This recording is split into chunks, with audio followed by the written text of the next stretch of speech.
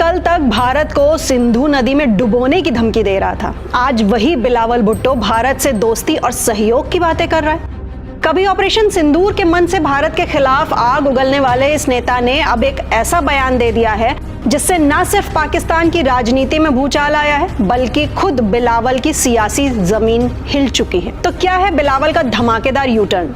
दरअसल Pakistan people's party के अध्यक्ष और पाकिस्तान के पूर्व विदेश मंत्री बिलावल भुट्टो जरदारी ने कतर में इस बात को मुसलमानों को खत्म कर देगा, उसकी तो 90 नस्लें भी खत्म नहीं करने की। नमस्कार, आप देख रहे हैं वीके न्यूज। मैं हूं आपके साथ आश्रुति वोरा।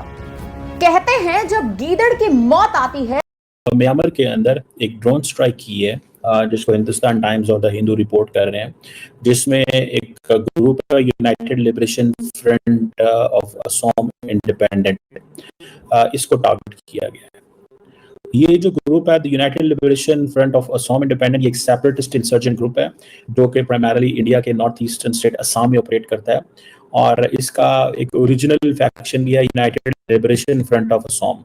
ठीक है जी।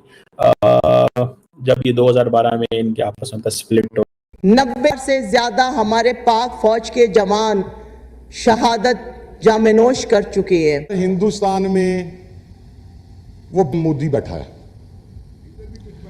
उसके खिलाफ राहुल गांधी जिस तरीके से बोला है, जो कांग्रेस ने स्टैंड लिया है, वो पूरी दुनिया के सामने है कि जब मोदी को वोटों की जरूरत होती है वो अपनी तोपों का रुख पाकिस्तान की तरफ कर लेता है। जो अगर मोदी ने जंग मुसल्लत करनी है, इंडिया ने तो अभी जारियत कर दी सर, उन्होंने सिंध मुआहदे को मुअत्तल करने का ऐलान कर दिया। This act in self is a war, ये जंग है सर। लेकिन हमने अपने गिरबान में भी सर मुंह को छाती मारनी है कि नहीं? उसने क्यों इंडियन डैम्स के ऊपर सर एतराज नहीं किया? हमारे दरिया सूख गए, हमारे पास आज पानी कर दिया तो पाकिस्तान की पूरी नेशनल सिक्योरिटी खतरे में पड़ जाएगी। किसी ने हुकूमत पाकिस्तान को गुमराह कर दिया है, ये गलत फैसला करने जा रहे हैं, और हर सूरत में इस वक्त इनको वार्निंग देना जरूरी है कि ये कितना खतरनाक काम है जो हुकूमत पाकिस्तान पूरे पाकिस्तान की सालमियत और मईशत के साथ करने जा रही है। जियाउल हक से आसिम मुनीर तक 50 साल खा गए ये हमारे। इससे पहले ये मुल्क तोड़ चुके थे, इसलिए मैं पीछे की बात नहीं कर रहा, वो तो सबने देख ली तबाही। जियाउल हक से आज तक ये हमारे 50 साल फिर खा गए। जो बाकी मांदा लुटा पिटा पाकिस्तान था उसको भी बर्बाद कर गए। जियाउल हक का वो मिशन जो नवाज शरीफ 25-30 साल कहता रहा मैं पूरा करूंगा, वो खुद तो नहीं कर सका, लेकिन उसने एक ऐसा जनरल लगा दिया जिसने जियाउल हक का वो मकरू मिशन पूरा कर दिया, पाकिस्तान की रियासत को खत्म करना। आप नोट कीजिए, पूरी दुनिया में सबसे ज्यादा सोना कौन मुल्क खरीद रहे हैं? चाइना सबसे ज्यादा सोना खरीद रहा है, रूस सोना खरीद रहा है, इंडिया सोना खरीद रहा है। दुनिया के कई ममालिक हैं जो इस पूरी डिजिटल इकोनॉमी और पेपर करेंसी के बावजूद अपना स्ट्रेटेजिक रिजर्व सोने में बनाते हैं।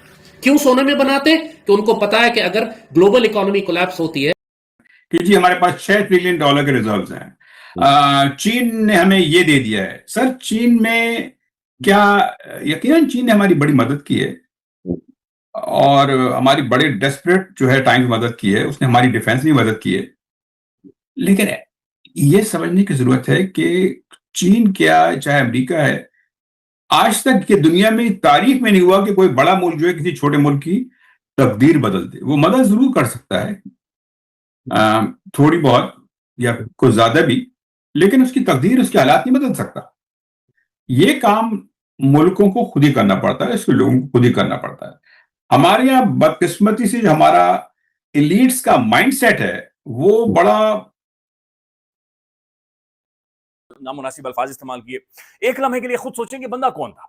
ये पाकिस्तान की जनाब मिडिल क्लास है, ये पाकिस्तान के वो लोग हैं जिनमें मेरा और आप सब पे शुमार होता है। चाइना हमारी मदद ना करता, हो सकता है वो हमारा बहुत ज्यादा उन्होंने नुकसान करना था, क्योंकि वो बहुत बड़ी ताकत है इंडिया, उसको कोई वैसा ना उसको समझ ले। बिलावल भुट्टो ने कहा है कि हम इंडिया से ताल्लुकात अच्छे करने के लिए, कॉन्फिडेंस बिल्डिंग मेजर्स के लिए मसूद अजहर और जो हाफिज है, ये दो जो पेन पॉइंट है, जो पाकिस्तान के सबसे बड़े दहशतगर्द है, जो इंडिया की शिकायत है कि ये वो दहशतगर्द है जो इंडिया के अंदर दहशतगर्दी करते हैं, लोगों को मारते हैं और इनको स्टेट ने पनाह दी हुई है। फिर तो इसमें और बड़े नुआंसेस हैं। तो उन्होंने कहा कि हम ये इंडिया को ऑफर करने के लिए तैयार हैं। वो सोचता है अब मैं ताहयात बादशाह बन गया और उसके दिमाग में ये खन्नास भरा हुआ है कि मैं अल्लाह की तरफ से चूज किया हुआ बंदा हूं।